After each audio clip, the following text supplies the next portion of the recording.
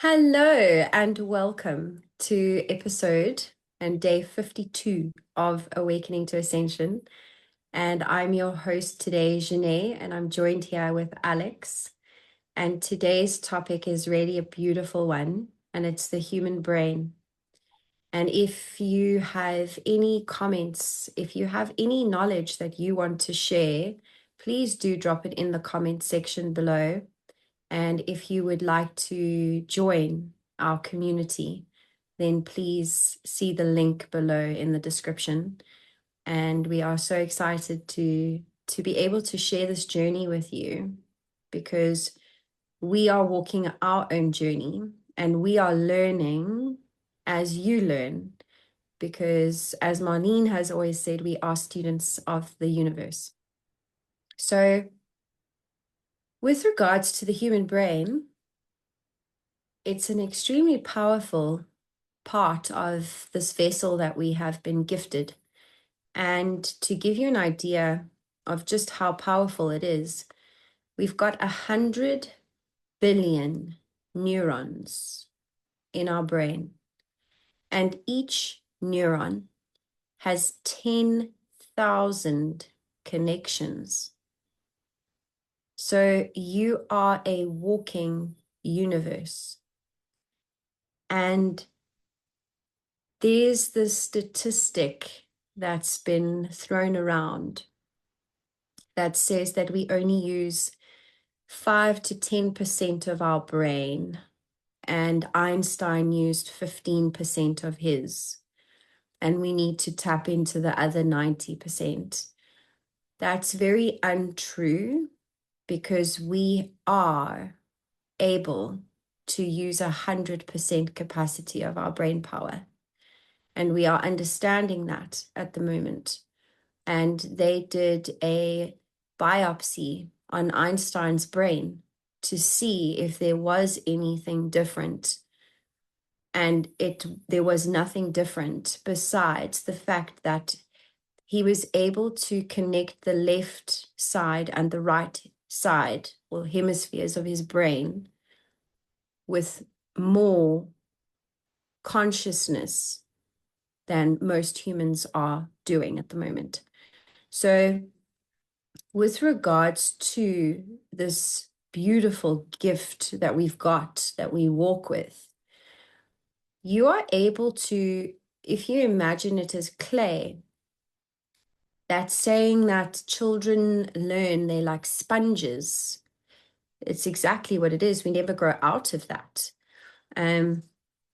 It's this clay. So every time you learn a new concept, it's absorbing that information, and you're able to rewire that, your neurons. You're able to do something called neuroplasticity, where you're replacing the neurons and the connections in your brain, which is extremely powerful. We are miraculous beings. And when you start understanding that, I think you'll start realizing what power you do possess. So I'm going to hand it over to Alex, and I think it's going to be quite a beautiful topic to dive into today.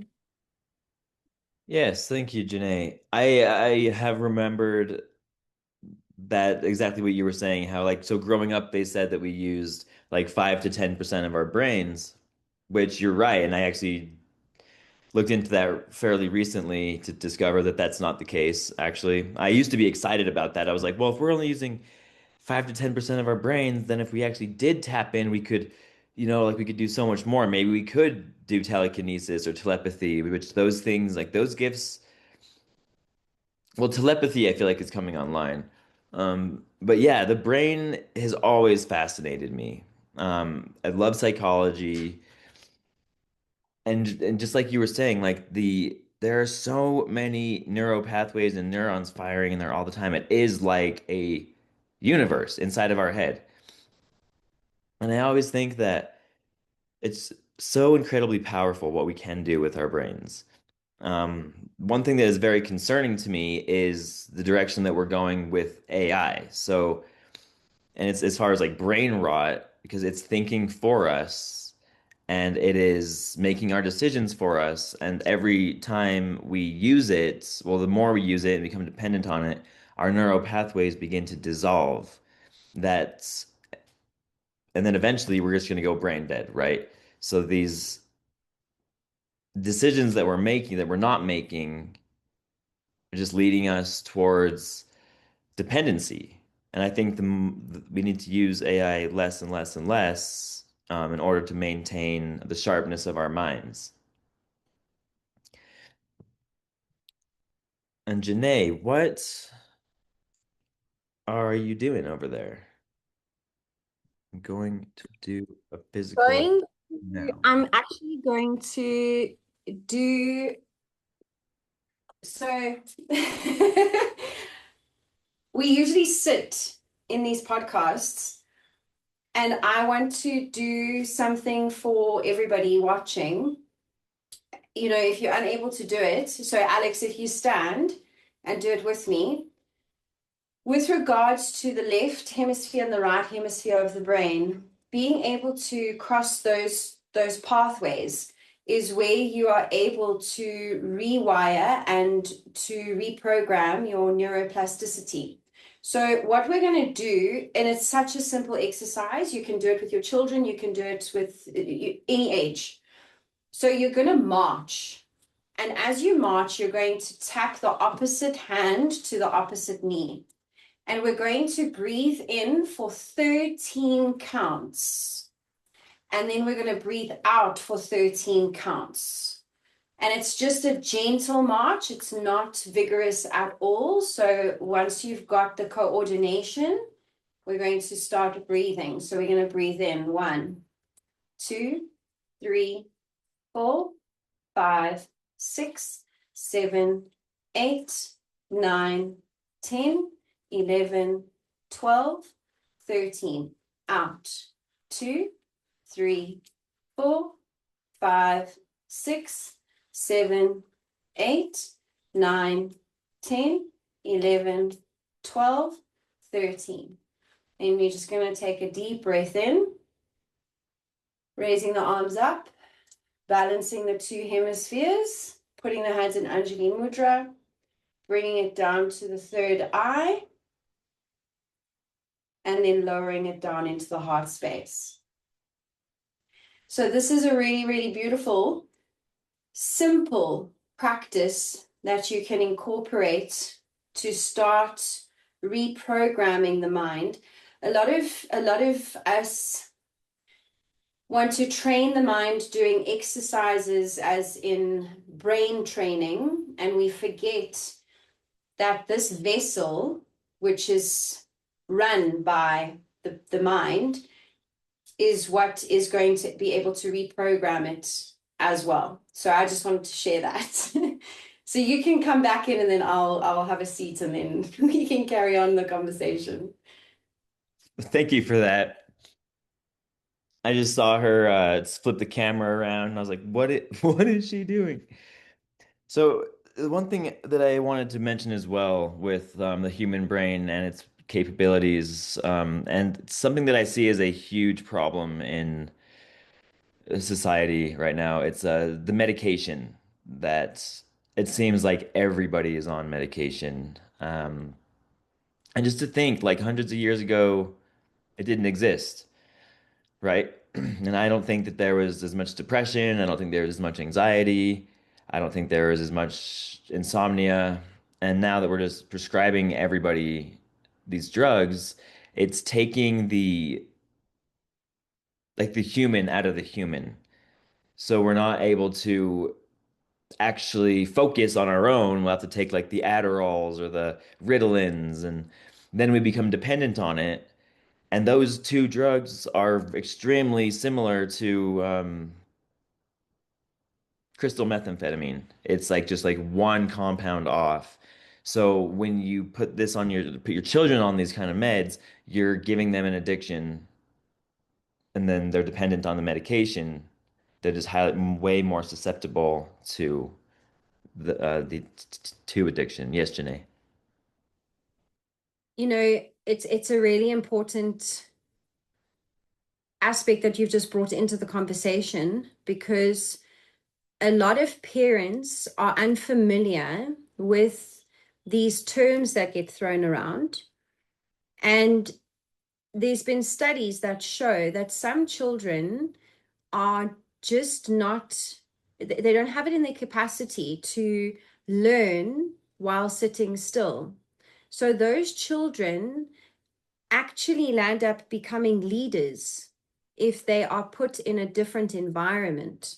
So, there's a lot of work being done with regards to schools that are changing the way that they are teaching. And I homeschool Masons specifically because I don't believe in children sitting behind a desk being taught for hours on end, seeing the same people and having these 15-minute breaks where they can go outside. And it should be the other way around. Children should be learning outside in nature. They should be learning things that they are going to use, skills that they will take with them moving forward into adulthood. And I know and understand my child, and he's highly intelligent. He has a very high EQ. So he gets very bored with the syllabus that gets taught, and he needs to be challenged. So I think as a parent, if you can start observing your children before you take them and put them on medication, try to change certain aspects of their routine and sit with them and speak to them and see which ways you can go around it without medicating, because these medications it's harmful to the development of these young minds. It's detrimental to their brains. And I'd like to bring in just something as well.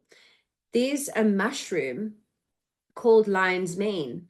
Now, if you take lion's mane, which is specifically for enhancement of brain development and focus and just the mind capacity, and you can buy lion's mane in a powder form, you can buy it in a tablet form, and taking this natural plant is much more beneficial than taking pharmaceutical chemicals that have been put inside these medications. So if it is something that you do want to look into, then I highly recommend doing some research on lion's mane. And something else that's quite interesting about the brain is it takes up 2% of your body weight. That's 2% of your body weight. But it uses 20% of your energy. Now, if you are in a stress, anxious kind of setting, you're draining your energy, your life force, and you need to be so conscious of that. And I'm bringing the children back into this conversation because the schooling systems and the developmental aspects of these beautiful young children, it can affect them quite severely because they are being put in these stressful environments, because they are learning and they are being forced to learn subjects and information in a specific time period. And that's not fair, because Alex could take 10 minutes to learn something, but I could take 40 minutes to learn that exact same thing. So these things we're overlooking, and it's causing stress in our children. And as adults, we are stressed in our jobs, with the economy, with what's going on in the world. And now these children who are in stressful environments come home, and adults who are in stressful environments come home, and then the household becomes a stressful environment. So it's really something that you need to be quite conscious and aware of, I think. Yeah, absolutely. Yeah. I do want to touch on what you were mentioning about the putting the children on medication or well, like, so ADD, for example, I think it's more so of a faster processing ability. So like the child will solve a problem, solve their homework, and then just be done and get bored with it, right? Just like Janae was saying with Mason. And then we shame them and say that there's something wrong with them and they have to get put on this medication. And then that isolates them and singles them out from the rest of the group because they're not fitting into the box that they want them to fit into. Like, and I see these things as gifts. And I think if we nurtured our children rather than try to get them to fit into this box or fit into a particular mold, then we would be able to discover that they have a lot more potential than we're allowing them. Because a lot of these kids with gifts, yeah, you put them in that toxic environment at school, then they go home into a toxic environment. Chances are they're going to develop some kind of ailment or disease, like depression, or like they might start self-harming, and you never like, and I mean, because that's actually what happened with me. I think if I would have had a little bit more attention in certain areas, I could have been a rocket scientist or like this. Like, I mean, I loved chemistry too, so like I could have just you always wonder what could have been in different situations, but I'm also glad of everything that I have been through has taught me exactly what I need to know for the path that I am on. Um, Janae. That's what's so beautiful about this generational cycle that is being broken at the moment with our generation and the children that are being raised now and the children that are still coming into the world and then our children's children. And it's been this beautiful lineage because our parents also stopped cycles, how they raised us. So it's been this progressive improvement because if you look at the schooling system from when our parents were at schools and how they were treated, I know my parents were smacked with rulers and they were disciplined. And if you had to think of that nowadays, it's quite it's it's heart sore to think that someone would do that to a child. So I think that there is, we do need to recognize that there is an improvement, and we are all slowly, consciously becoming more and more aware of these things. And we're also a lot more, there's a lot more availability for us to look into all sorts of different aspects of resolution. So I would like to just commend that. I think sometimes we can be quite critical and we forget that we are also at quite an advantage.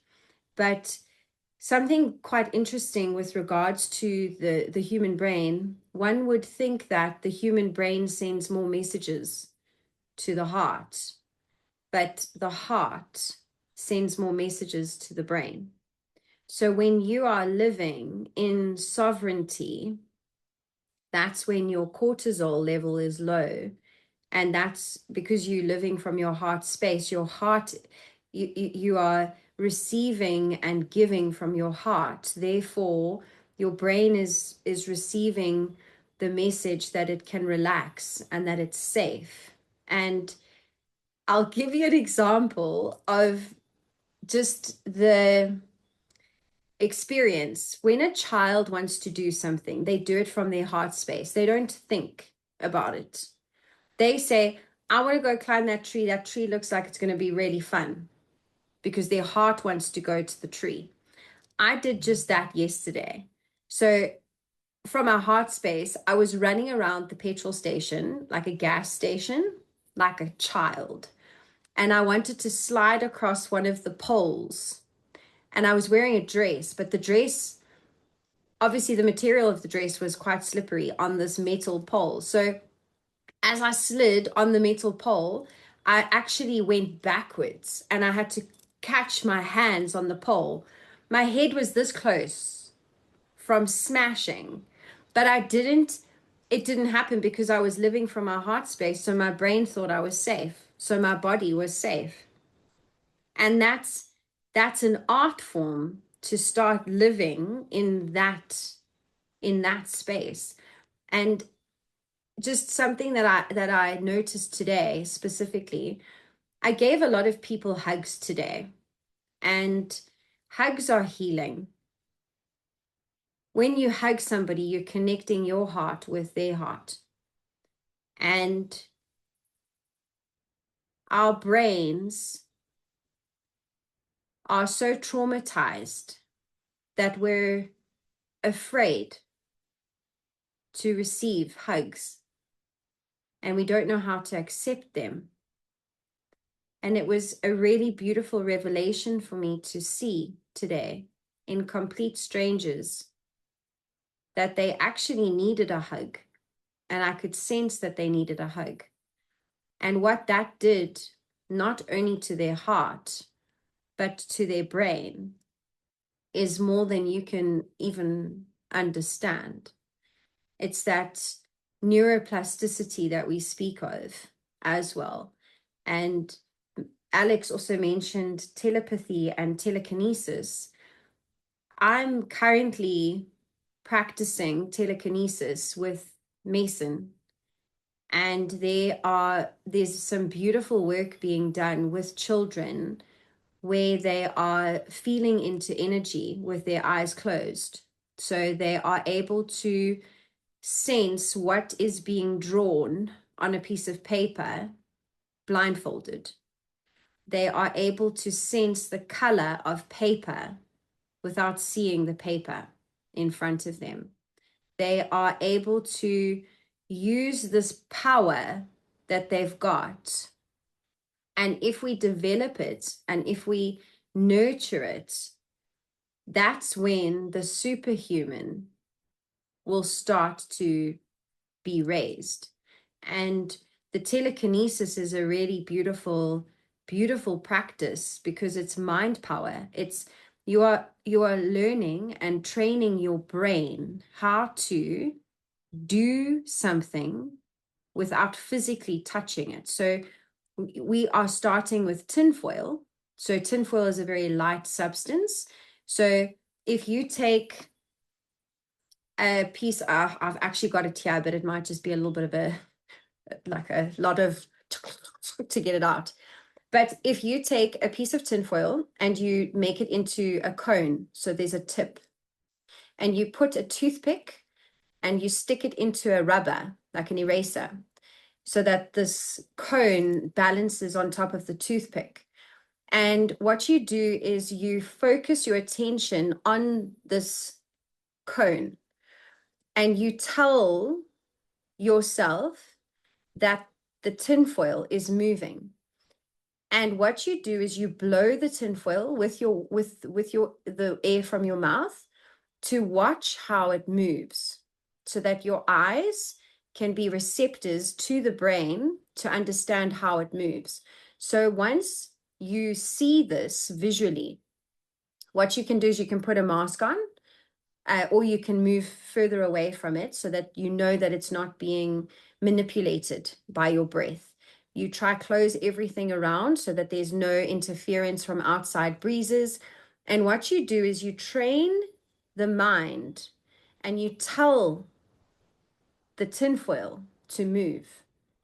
And again, it's training, it's practice. These things don't happen overnight. So when you are watching other individuals able to practice these things, it didn't just, excuse me, it didn't just happen. So this continuous training, the tinfoil actually starts to move. And Mason has reached a level where he's moving the tinfoil. Now, once you have mastered the tinfoil, you move to heavier objects. So that's where you move to a water bottle, plastic water bottle, no water in it, and you try and push the water bottle over. You can even manipulate it with energy with your hand movements and gestures. But this is just the tip of the iceberg with regards to how powerful the human brain is, and that we are capable of tapping into that power at any given second. So I think that one must just understand that it's we are miracles. We are walking miracles. And I think that we should acknowledge that. Yeah, we totally are, 100%. I have heard of that practice. I've been meaning to try it. The person that I was talking to, or that I saw, they had like a glass casing over it, and she was using her hands. That's something that I definitely want to try. Well, that is all the time we have for today's episode. Thank you so much for watching. Make sure to drop something in the comments, like and subscribe, and we will see you next time.